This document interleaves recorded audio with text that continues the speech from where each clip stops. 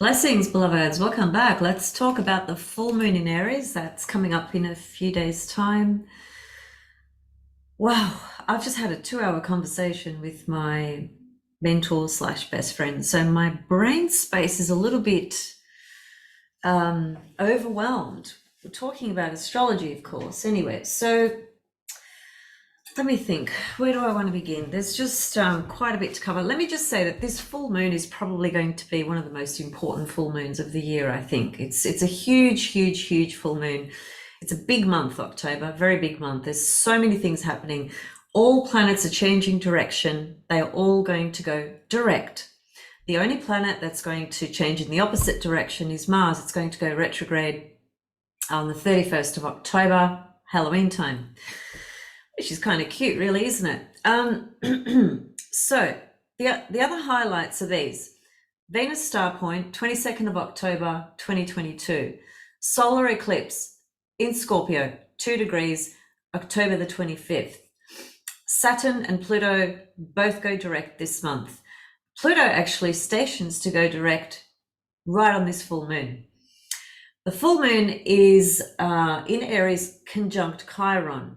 It is opposite the sun, of course, that's what a full moon is, and opposite Venus, because the Sun-Venus conjunction in Libra, which is building up towards the evening Venus, VSP, Libra, Venus star point, is what we're seeing relative to this Sun-Venus conjunction, right, that are closing in together.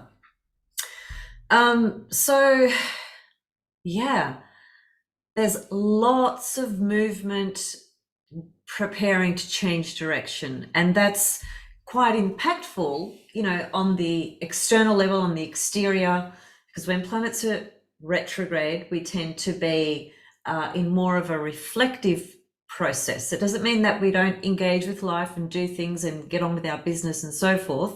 Of course, that's always going on, but there's always this experience or feeling or sense of things where you are contemplating more, reflecting more, weighing things up more, considering things more relative to what you are getting ready to step into, to begin, to co-create, create, and so forth. So given that all planets are changing direction, our attention now is going to slowly, from this month, probably pretty quickly with this full moon, because, you know, full moon illuminates. Aries is ready to charge, you know, it's ready to go. There's no holding Aries back. So there's this sense of energy building up with all the planets getting ready to change direction. Solar eclipse energy is already in play. Full moon in Aries is an interesting one because, well, first of all, let's back up. 2 weeks ago, we had the new moon in Libra, which was at about 2 degrees of Libra. So we need to track that cycle. Where was that new moon in your birth chart? And subsequently 2 weeks later, the full moon will be in the opposite house. So full moons generally tend to show us perhaps what was instigated or what began during the new moon, not necessarily at exactly the new moon, because the new moon is the planting of the seed of the intentions or whatever it is. And usually the full moon kind of shows you the outcome, the understanding, the realization, the awareness around those sorts of matters and issues. The full moon can also include starting something new as well. You don't often hear that. In fact, I heard an astrologer say the opposite to that. And it's an astrologer that's been around for decades and decades. And I was very surprised to hear him say this. His exact words were, you never start anything new on a full moon. That's just not absolutely true. It's not true at all. A full moon, which is a full phase, as it were, it's the 180 degrees oppositional point. We have these cycles and phases in amongst all the planets, such as Uranus and Saturn at the moment, which I'll get into very briefly, are in square to each other. We know that's been going on for over a year now, right? And that cycle began somewhere. It began at a conjunction, right? It reached its first quarter square, it reached its opposition, and now we're in the last quarter square of this Saturn-Uranus, hence the massive revolutions that are going on. But at a full moon phase, which can be any two planets, because of the sense of awareness and greater insight and greater understanding, illumination, it is through that sight that we may decide to start something new or completely finish something altogether. So it is always possible to start something new during a full moon. Okay, so I just want to put that out there because I heard some information that said the complete opposite to that, and I just think that's misguiding and misleading people.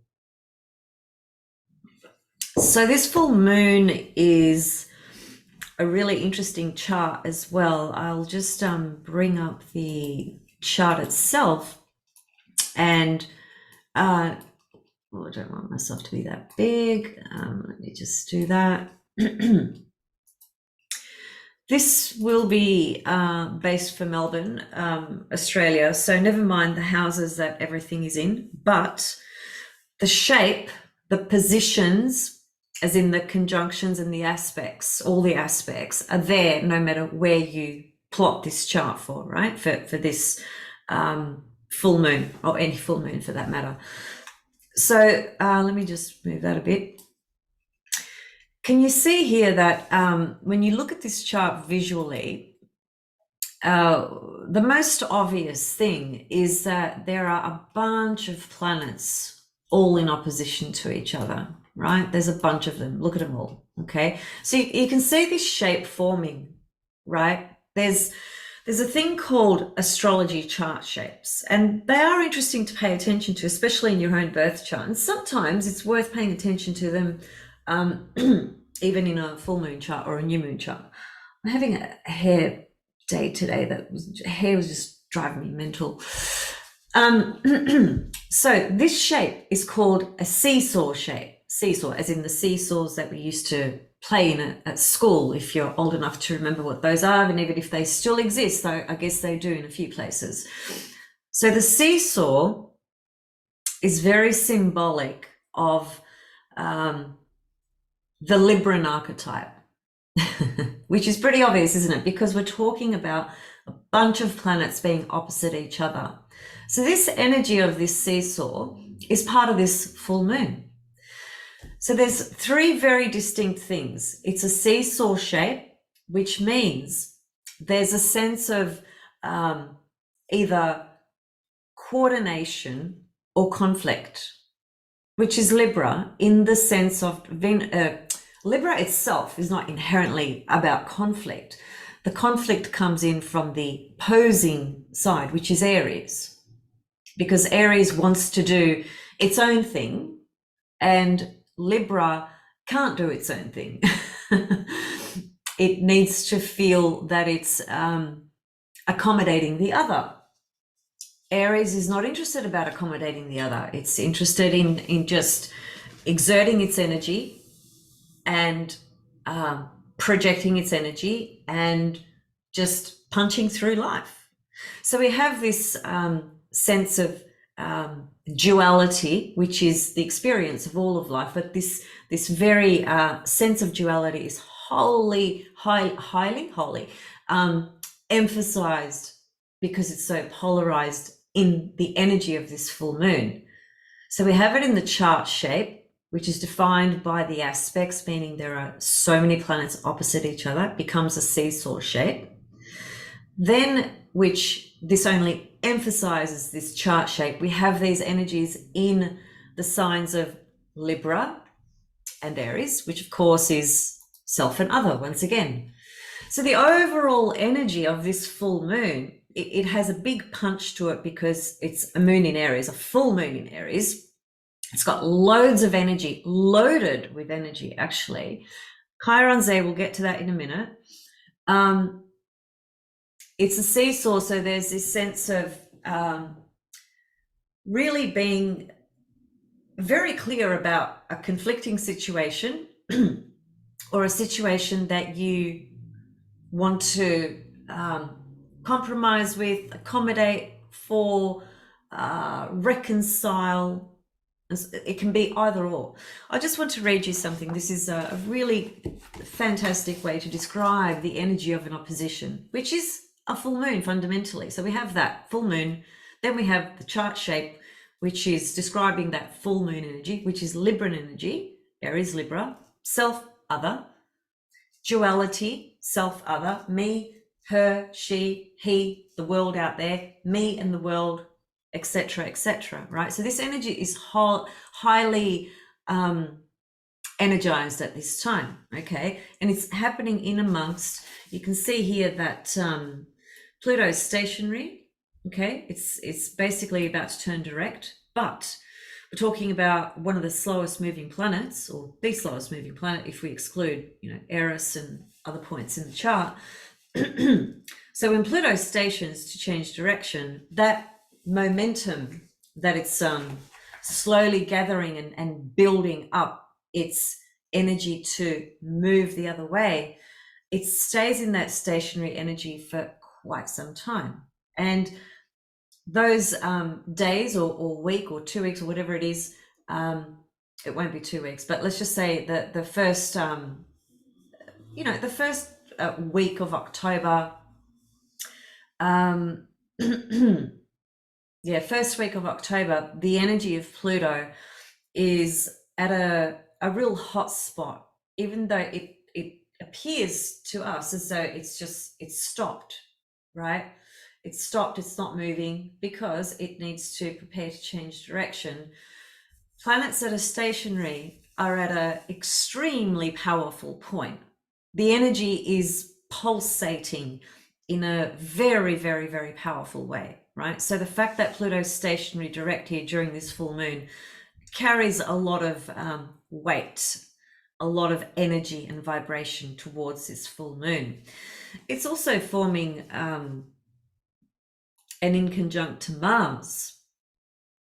Mars is the ruler of the full moon.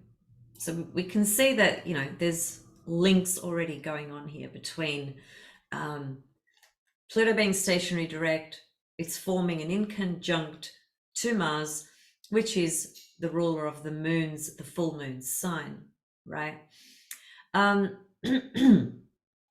We have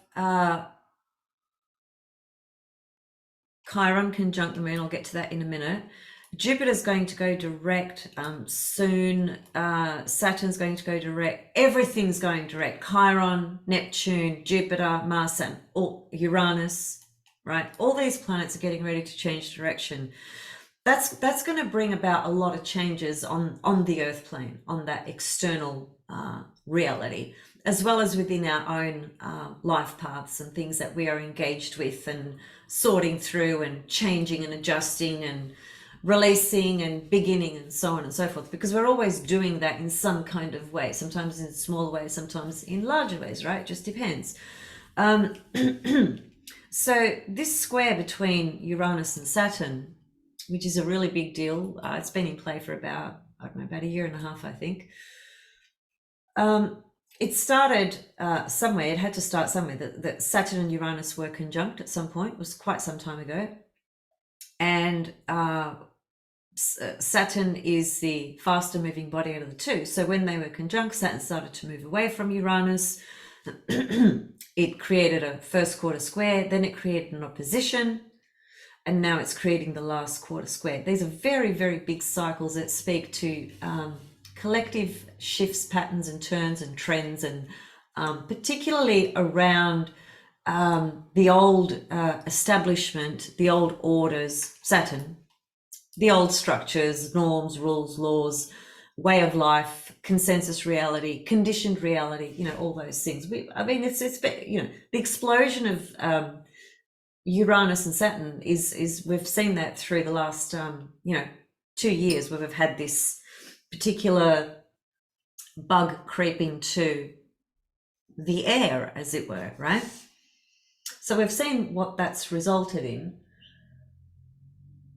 and we've seen the oppressive forces come through in such severe, dominating and punitive measures and ways, with lockdowns, this, that, the other. We know all that. And now that Saturn and Uranus have come back to that point again, because they were far away from each other, and now they're coming back again. They're actually exactly square each other. You can see that Uranus is 18, Saturn is 18, so they're back to their exact square, as it were, right? If they're not, it's not by minutes, but it is by degree. And we're going to feel this energy really through the rest of this year. Now, one thing that comes to mind, which some of you may or may not be aware, there's, revolutions taking place in Iran, right? And they are revolutions. They are, it's not just about the protests and people protesting and things like that.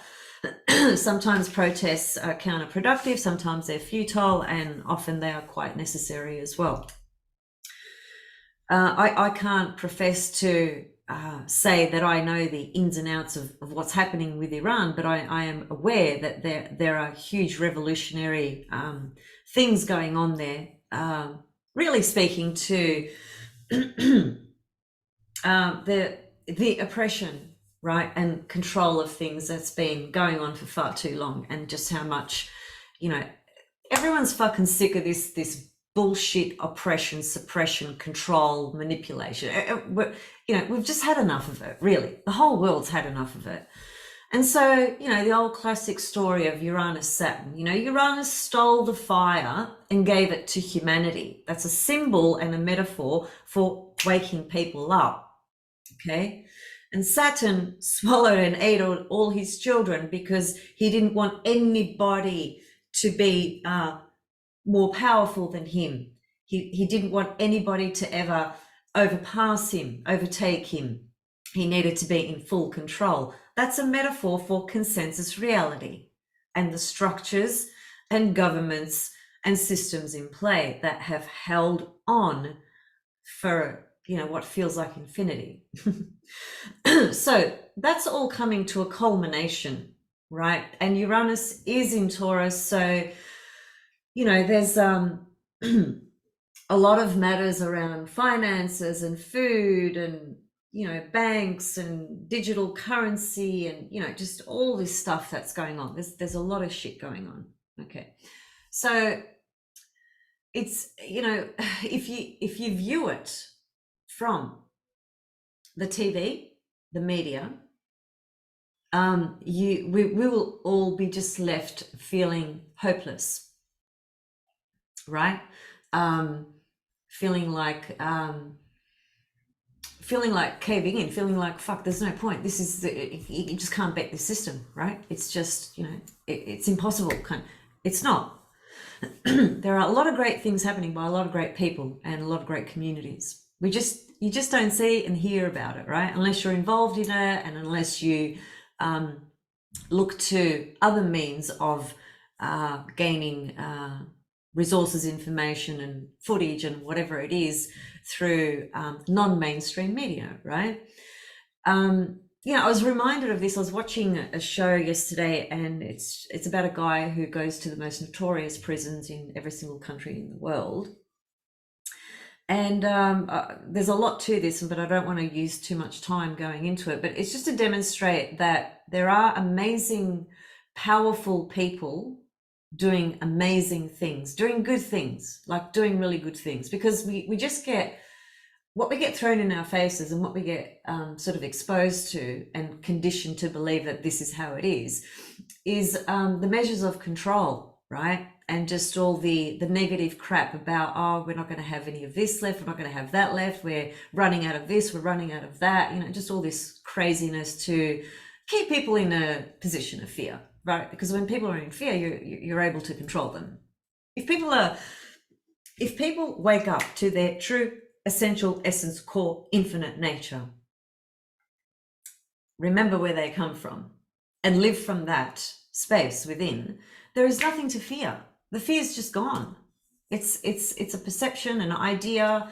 It becomes integrated into our psyche. Yeah, there's lots of deep, complex levels, but it's a change of perception. It's a change of consciousness. If everybody just kind of rose, like, just like rising up from the dead, as it were, into their full embodied light body and consciousness, you would just see everything crash. the false bullshit will just crash and fall away. But that's not going to happen like that. We know that, right? I mean, it'd be great if it did, but just it doesn't work like that, because evolution is evolution, and everything and everyone is evolving at a different rate, at a different level, for different reasons. So there's no right or wrong in that either. In any case, we're going to see some further revolutions and revelations with this final Saturn square Uranus. And it's not so much about seeing the immediate shift and change on that external level, because typically seeing the change externally takes a really fucking long time, because it's ruled by Saturn, and Saturn rules time.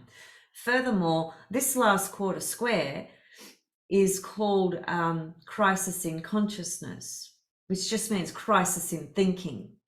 So this last quarter square closing in and finishing its cycle, it is actually changing, revolutionizing, and bringing forth further innovative solutions, ideas, philosophies, data, insights, understanding, consciousness. This is all Uranus territory, bringing all that in for us to actually envision a better way forward in the world, because the world has literally just come to the most massive crisis point, as it were. So yeah, it's just, we're just going to see a lot of things changing. But my point there was that, you know, don't feel disheartened if you're not seeing the change externally happen as quickly as you want it to. It's happening on other levels. It's not about just believing that, because believing something doesn't necessarily mean it's true, right? But it is about understanding how things work in a sense of timing and divine timing, and that each cycle is unfolding and flowering in the way that it needs to. As humans, we get impulsive, impatient, selfish. We want things quickly. We want it now, and so on and so forth. And we just can't have life like that, because life just doesn't work like that. There's so many layers, you know, that are all intricately connected, and we are always contributing to those layers, whether it's in a harmful way or whether it's in a elevated way, and that's always up to us. In any case, I think there's going to be massive things going on with Russia, Ukraine, and Iran, definitely, you know, for the rest of this year. Big things. So I guess a promising thing might be that this Venus star point that's building up, which is the Sun-Venus conjunction, when they reach their Cazimi point, which will be on the 22nd of October, it is that ingress of the Libran Venus star point, which is a shift of 150 years of the Venus star point in Scorpio. And Libra is, you know, it is about the law. It is about harmony and peace. It is about fairness, equality, and justice. And there are a lot of things that have been completely unjust for a very long time. And, you know, it's the scales need to tip, right? So this is the Venus Libran star point is going to help us and humanity and the earth start working towards you know, just more peace and more harmony. There's just been far too much conflict and war, and you know, just way too much Mars Pluto at the personality level. You know, we've just kind of had enough of that, right? I was just going to say though that when I was watching this documentary, and I also watched the documentary on Jeffrey Dahmer, which I've briefly mentioned and spoken about, and I will do a video on his chart because I'm just intrigued by this particular soul. It was very difficult to watch the series, but I just kept on going, switching it off, turning it back on, switching it off. It took me a little while to watch it all, but I did, and I'm glad I did. It was worth watching. I also recently noticed that footage is being released from the actual trial. That is when Jeffrey Dahmer went to trial and was sentenced to prison. That whole trial was filmed, and it's just been released. I've managed to just find it on Facebook, believe it or not. So I found bits and pieces. which is going to be very, very helpful to the video that I want to make as well. Because, you know, with series, we don't know how much they may have changed or altered or exaggerated some details that could be very important to know about, right? I mean, most of it is said to be reflecting and representing the character of Jeffrey Dahmer and portraying what he did. There's no messing with that, but there's just some nuances and things that, you know, sometimes you just need to know that they are factual and not just made up for the case of making a series more attractive or whatever it may be, right? So anyway, this other point that I wanted to make about a lady who runs a prison in Cyprus, which is a country that some people sometimes mistake for being Greek. Anyway, perhaps I shouldn't go there because I think there's going to be Cypriots and Greek people that are going to come up and say things, and I don't want to go into political debates. But anyway, Cyprus is a country similar to Greece. Let me just say that. Beautiful country, by the way. There's a prison there, as there is in every country, and I just watched a documentary of the warden who runs that prison is a female. And I've got to tell you, I don't often get impressed and dazzled so easily by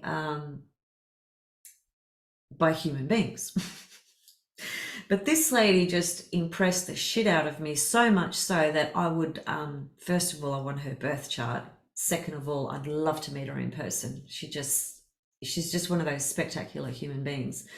So long story short, this prison, when it was run by previous wardens and guards and whatnot, it was disastrous. You know, it was people dying, suiciding, getting bashed, corruption, drugs, the usual shit that goes on in prison, I guess, right? But when she took over, she's got a degree in law. She was a lawyer and her specialty was in human rights. And so she's very, very passionate about human rights, fairness, justice, equality. Jupiter, Uranus.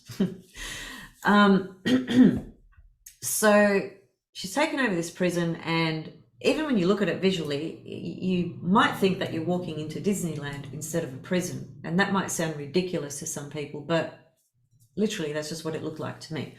It's not to say that these prisoners are not, you know, locked up in their cells every night and so on and so forth. They are, you know, they're there for a crime they allegedly committed, so on and so forth. So they need to serve their time, etc.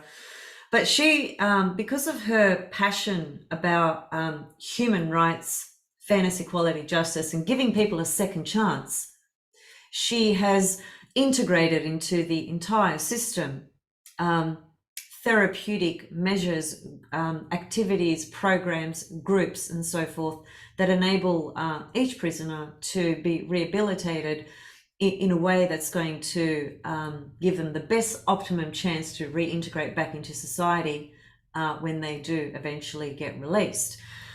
That's just putting it in short, but I mean, she's so respected and so loved by every single prisoner because she literally every single day she comes out of her office. She doesn't just sit there and hide like an idiot behind her desk like most wardens do and get little puppets to run around for them. She's a real people person, which is really Aquarius actually. She comes out, she talks to all the prisoners every single day, very personally. She hugs them.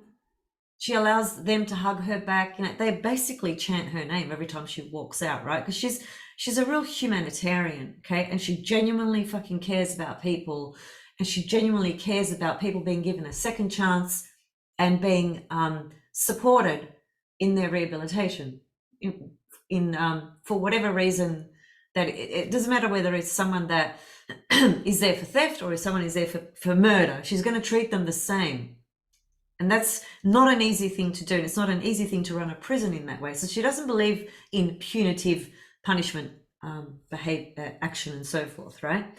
Now, this might seem like I've gone a little bit off track, and perhaps I have, but it's a very inspiring thing to see. It was for me. I find people like that so uplifting and so inspiring. They're so courageous, you know, and it's a woman as well. You know, it's a woman. It's an important thing. I say that because I'm a woman, And I say that because women's women's essential divine power has been suppressed for thousands of years. So women who come through in a role that they choose to play in any incarnation, and are those women that are heroines, like as in a hero, who are courageous in the ways that they are, I take my hat off to them, complete respect. Because it's not easy, for being unless you're a woman, you won't really understand this. And this is it's not a sexist statement at all. It's just a fact. Being a female implies lots of discriminations and all sorts of crap, right? It's been going on for a long, long, long, long time. It's not a personal opinion. I'm sure every female on the planet is aware of this. So when I do see females like that who are real heroines, have that real courage, warrior spirit, moon in Aries, full moon in Aries, that's what this energy is about. I feel reinvigorated. I feel inspired. I feel my own courage coming up, to help me face my dilemmas, my issues, my problems, my shit that's going on in my world, which I've had a lot of lately for the last 15 years. Thank God I'm at the end of it now. But I am a sun sign in Aries, so I'm a survivor as well, right? And I admire courage, whether it's in a man or a woman, gender doesn't really matter. I just admire courage. I'm a courageous person. I always have been. Hopefully I always will be. It's part of my DNA, as it were. Sun in Aries, can't help it. Natural part of my chemistry, psyche, makeup, etc. So I admire people who have courage in the face of deep, deep, deep, dark adversity, right? It's not easy to do. In fact, that reminds me, so that's that woman who, and I've just given you like a tiny little tip of the iceberg of who this woman is and what she does, but let it be said that she is incredibly admirable and hat off to her. Speaking of courage and things of that nature, I just saw yesterday the man that was Jeffrey Dahmer's last victim who got away. His name is Tracy Edwards. And it was because of him that Jeffrey Dahmer got caught, because he got away and he got to the police and bang, game over. I saw him in court giving evidence. So therefore he had to recount the entire trauma of everything he went through with Jeffrey Dahmer that night, because it wasn't a case of Jeffrey Dahmer abducting him and then him just absconding an hour later. It's a long story as to what happened from the beginning to the end, and the amount of mind-fucking trauma that this guy actually went through for the whole night to the end where he eventually did escape. The amount of courage and composure and intelligence and psychology, like understanding human psychology when you're dealing with a person who fucking eats human beings, who's a cannibalist, right? Who, although Tracy Edwards wasn't aware of that information at that time, but what he was aware of, that he's in a person's home who's completely unhinged, completely. They're sitting there and he's forcing him to watch The Exorcist, the movie. Anyway, I'm losing track here. Sorry for you guys who are just here for the full moon in Aries. I'll get to it. I was just really all I wanted to emphasize there was just the amount of courage that this guy had to have to endure what he did and come out of that physically unscathed, at least, but certainly not mentally and emotionally. It takes life needs courage. Life needs courage, because life is it's so many things, but it certainly presents us with a lot of curveballs, a lot of different challenges, depending on our own readiness of what we're ready to work on, right? I mean, the more we sort of are unaware of our own self, as it were, the more we're going to project that onto others, because the only way we can experience what we are unconscious of about our own self is to, unconsciously project it onto the other, and the other becomes the mirror, which is very much Libra, Aries, Libra, Aries, Libra, the other, Aries, self. So here I am in myself, being myself, expressing myself. And it is when I look at you, when I talk to you, and you reflect back to me, that I can become more aware of even my own self and you, of course. In fact, I really like just a couple of lines that an astrologer friend, I suppose, well, not really a personal friend, but someone I would say is like a friend kind of thing, friend on Facebook. I just want to read you this. This is just a beautiful, oh gosh, I didn't even read you the opposition from Rob Hand. I'll get to that. What I'm about to read is just a reflection of ascendant, descendant, therefore Aries, Libra, sun rising, sun setting. That's what the ascendant is, where the sun rises. Descendant is where the sun sets, right? And this is the energy being held in this full moon. Sun in Libra, moon in Aries. It holds that polarity, self, other, emergence of my own self, my own conscious self spirit, who I am. And when I look over to the descendant, where the sun will be setting, that light is reflected onto that person, because the sun's over there, isn't it? When the sun's on the ascendant, that's me, my sense of spirit self, having an awareness of my own light, my own self. When the sun sets on the descendant, that's the light shining on the other. So I'm seeing the light of the other. I'm seeing myself through the other. That's what this whole awareness, projection, and so forth speaks to.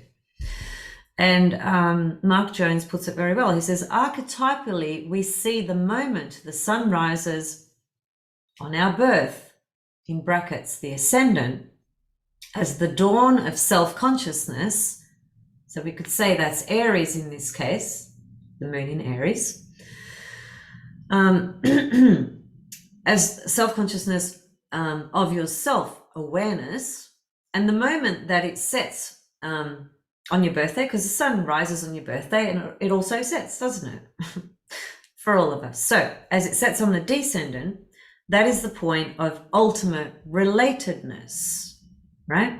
Or openness, as the self-light reaches the horizon to the light of others.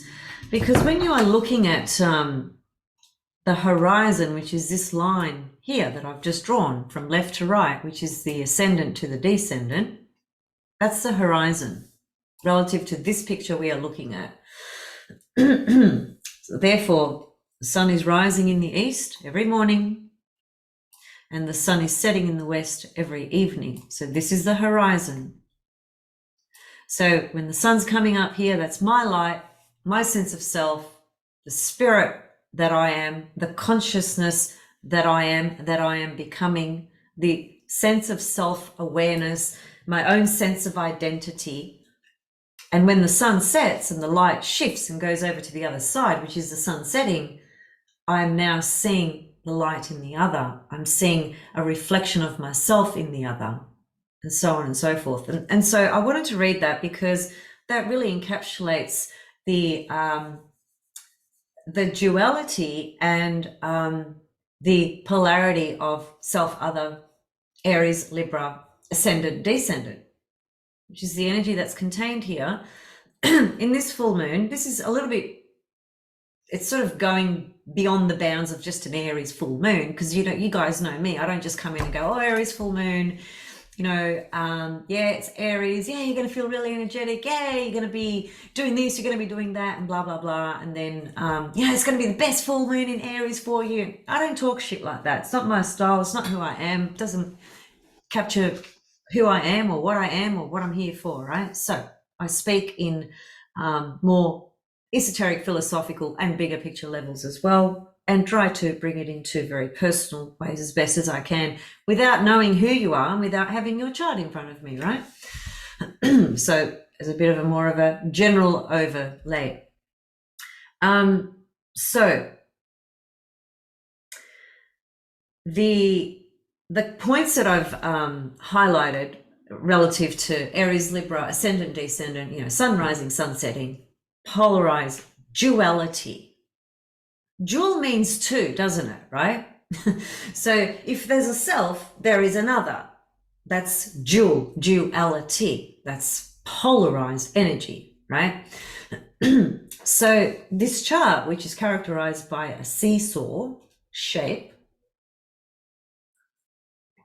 is also emphasizing this matter of duality, this matter of myself and the other, in my personal relationships, in my professional relationships, in my social interactions, people I'm dealing with, whatever I'm dealing with. Because if I'm engaged in something out there, I'm typically going to be connecting or dealing with or exchanging with or negotiating with or listening to or being listened to from another, right? There's always this interaction of dual interaction going on every single spectrum. You go to the cigarette to buy a bottle of water, that's an Aries Libra moment. That's you walking in, asking somebody for a bottle of water, you pay for it, that's the other, that's Libra, right? You're negotiating something, it's a transaction. You're not doing it with an invisible entity.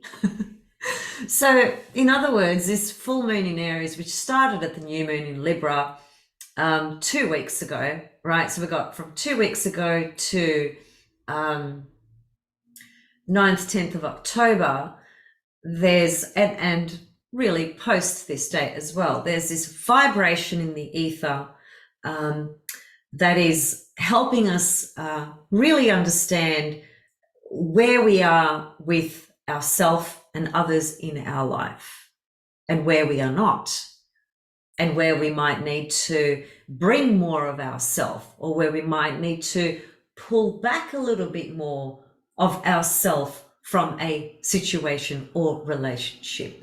It's really about that balance. Now, the moon in Aries, however, let's not forget that it is a full moon in Aries. And so, yeah, it is going to be a pretty charged up full moon.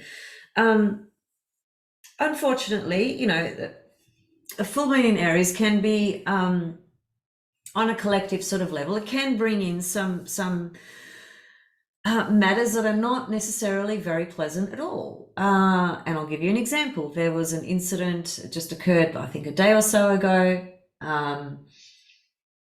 Indonesia, football match, referee, audience, members watching the football game pissed off with the referee or a decision that was made, or I don't know those details, but it got so out of control, that is the violence and everything that erupted from the people that were there, the spectators that were there looking at the game, and 125 people died, and that included children. They got trampled on. Like, that is pretty severe. And look at that, moon is conjunct Chiron. So there's going to be some, there's going to be some sore spots and some pain and some not so nice things show up from this as well, sadly.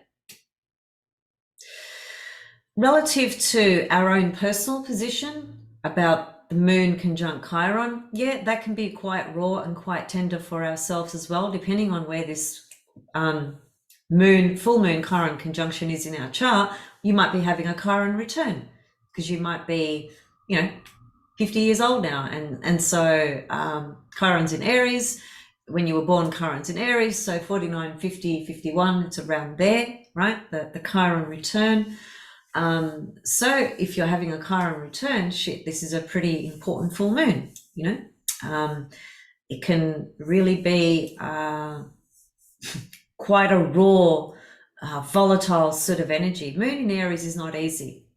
Jeffrey Dahmer had Moon in Aries. I know that's quite extreme, but it is an example of Moon in Aries. Moon in Aries can be very volatile, right? It's think about it. It's Aries, which is ruled by Mars. It's totally driven by its instincts, its primal instincts. And it's built, Aries and Mars it is built to be a warrior, just to put it nicely, right? It's built to kill if it needs to. It doesn't have the other understanding and awareness of consequences in others, because it's the infant, the baby of the zodiac, first sign of the zodiac. Boom, birth, born. There's a baby, an infant that's 3 days old, 2 days old. Does it know not to pick up this and play with the flame? Of course it doesn't know. That's Aries. That's why Aries is quite innocent in a lot of its behaviors and actions as well. It doesn't have that premeditative, manipulative approach in mind. It's just very reactive. Particularly if it feels threatened, it's going to get very angry and very reactive very quickly. It's Scorpio that comes in and premeditates shit and plans and is sinister and is manipulative. That's not, of course, the only thing that Scorpio is. There's magnificent things about Scorpio. I'm just making some distinctions here, right? So the full moon in Aries, if it activates something that we are uncomfortable about, or we haven't had the courage to kind of be really honest about, we're not dealing with in some kind of way. Well, the moon in Aries can be a really significant timer to create that emotional reaction towards something. Could be something that, you've been really upset about or really angry about for quite some time, and here comes the full moon in Aries, bang, it just explodes. So we've got to be a little bit careful about that as well, as best we can. Chiron there is a very powerful indicator. Certainly full moon in Aries conjunct Chiron, it doesn't have implications for years or anything like that. We're talking about a full moon, which is a monthly lunation thing. But it will be important for people who have Chiron aspecting personal planets in their chart, whether it's having a Chiron return because you have Chiron in Aries natally, or whether Chiron is conjunct one of your personal planets or opposite or square. Then this full moon suddenly becomes more pronounced. There can be, couple of days there where emotionally you feel very very animated about things, and very raw and activated and angry about certain things. And sometimes anger is healthy and necessary, provided it's not unconsciously or maliciously projected onto others to create harm for others intentionally. But feeling angry and kicking the shit out of a boxing bag, or going for a run, or sparring with somebody because you're into martial arts or whatever, and releasing through that, absolutely nothing wrong with that. But that means that you are consciously choosing to channel and direct that energy that has made you feel angry for whatever reason that may be. Anger is always stigmatized as a problem. Oh, you need to go to anger management. Oh, you've got an attitude, blah, blah, blah. It's like, yeah, in some cases that may be true, but in other cases it's not true. Like you might just be one of those people that is confident in your speech. You're direct. You have an opinion. You're not afraid to say it. So suddenly you're the problem. Oh, no, you shouldn't be speaking up. You've got to keep your mouth shut because otherwise you make everybody else feel uncomfortable. So we can't have that. So we've got to punish you now. That's just absolute garbage, you know, and so many people fall into that. A workplace tried to do that to me twice. Yeah, that was pretty fucking shit, actually. In one of those workplaces, I was hospitalized, attacked by the clients I was actually working with, and management treated me like hell. And subsequently, whatever came up after that, I was treated like practically like a fucking criminal. And I was the one that was assaulted, ended up in hospital, blah, blah, blah. Just really corrupt, unjust bullshit systems, you know, they exist everywhere. And so when you are one of those people that has some confidence, has some courage, stands up for yourself, speaks up for yourself, unfortunately, in this 3D consensus reality, it doesn't follow that you will be, you know, bravo for being confident and sticking up for yourself and sticking to your truth. You're not going to get that praise. It's just not going to happen. So you kind of need to be aware of your own confidence and courage, and also decide where it's worth actually injecting as well, because there are some situations and matters that are just counterproductive, futile, and a waste of your fucking time and energy, period. And then there are other matters that do require a face of courage. And it's not always just about, you know, a situation that might have produced conflict or whatever, and, you know, blah, blah, blah. It can just be something a bit softer than that, you know, something that you've been scared to admit, acknowledge, face, realize, accept. Courage is needed in those kind of situations as well, isn't it? So courage is a tremendous quality in character that is so necessary in this 3D reality. And this full moon in Aries, conjunct the Chiron in Aries, can bring this type of gift through, provided we bring some awareness, Libra, understanding of, you know, the opposite side, circumstances, consequences, other people's perception, values, morals, beliefs, etc. Not that we have to take that on as if it's our own. We don't.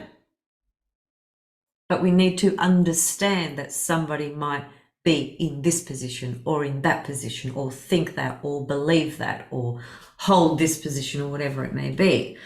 And so butting heads in a situation like that is counterproductive and futile. There's just no point. That's that whole battle of the personalities, where if I'm going to be right in my position, I have to make you wrong. And it doesn't work. It doesn't work. Sometimes you've got to, I think we just got to choose our battles wisely as well. As I said before, you know, some things are just futile, counterproductive, waste of your energy. Why even bother? So think about how you want to use this energy. The Chiron factor brings in, look, emotionally, I think Chiron there with the moon is hard. It's not easy. I'm not going to play it down and just talk about it like it's going to be, oh, you know, that you're going to meet a healer, or the healer in you is just suddenly going to be born. The healer in us isn't born overnight. The healer in us is in us all the time. And the more we can actually connect with that, see that, feel that, work with that, the more we cultivate that Chiron energy so that we can work with it consciously. Because Chiron, you know, it's going into the cave of our own wounds. that because we've all got this kind of like cave, right, where we hide some stuff. Some stuff we've never told anybody, some stuff we've shared with a few people, whatever, right? It's our business, it's our cave. We've got to tend to the cave though. We've got to go to it and slowly kind of work through the stuff that's there.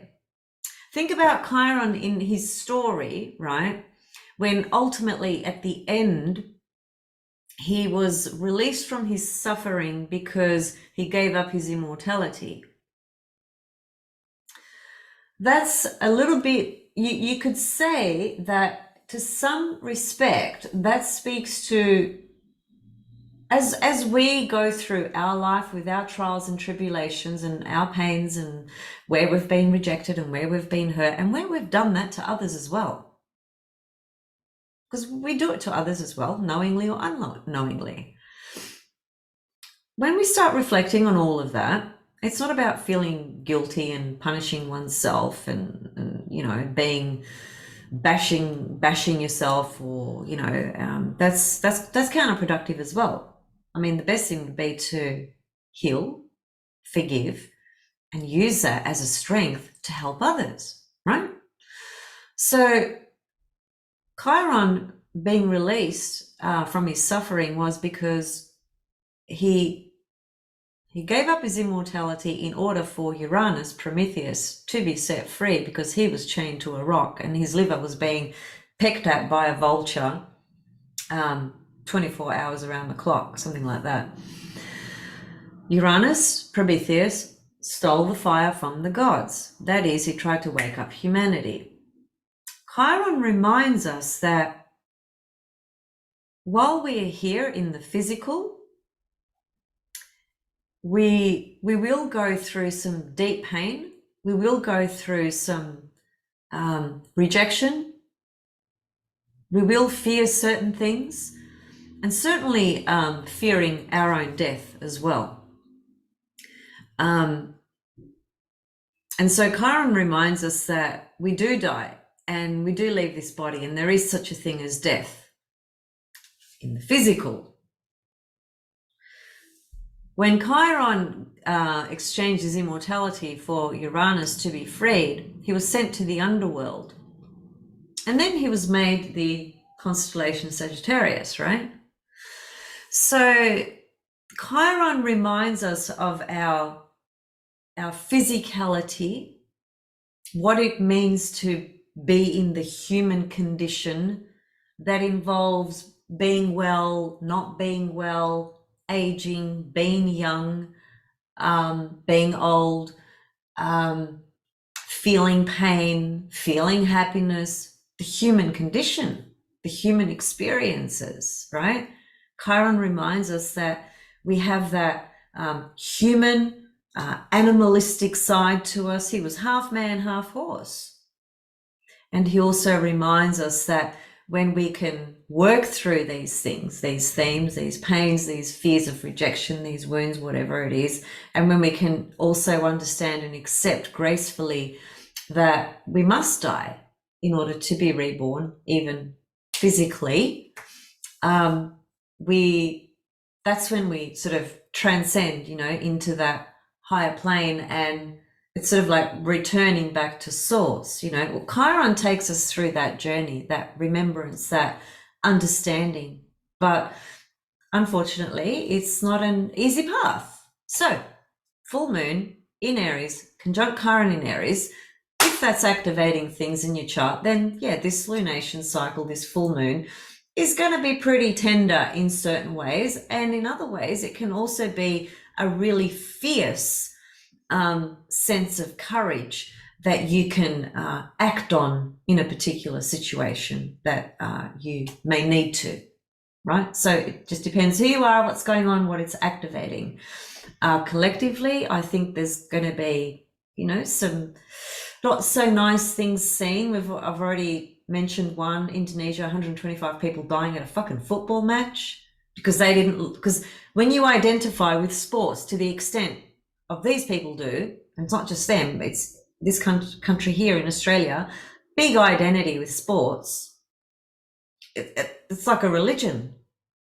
So, you know, when the opposing party, force, people, team piss you off, and you're not happy about a result or a decision, it's like, oh, I've got to fucking kill that opposite side. I've got to just squash them down. I've got to kill them. But we've got to be the triumph ones. There's such an identity involved in this, right? It's just insane. So when you have that level of identification to the physical, yeah, you see violence, you see war, you see chaos, you see insanity, all sorts of shit come up. So Moon conjunct Chiron in Aries, it's going to bring up some stuff like that.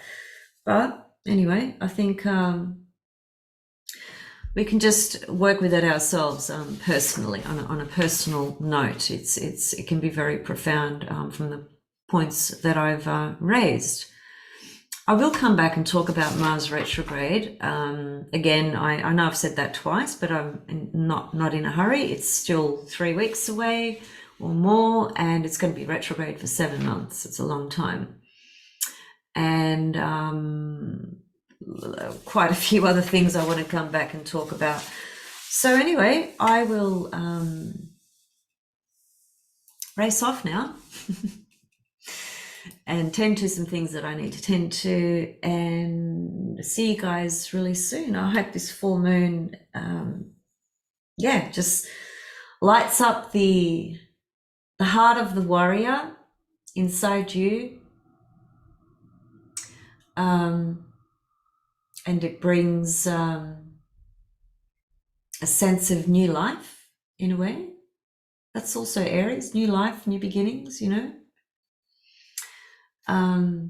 But a sense of courage to work through something that has been a bit of an obstacle, or you felt it's been hard to kind of push through. You've had to persevere and things like that. Aries kind of speeds things up a bit too, right? Quite a bit actually. But just remember about that impulse component. You know, Aries can be quite impulsive. Okay, see you guys soon. Much love. Bye for now.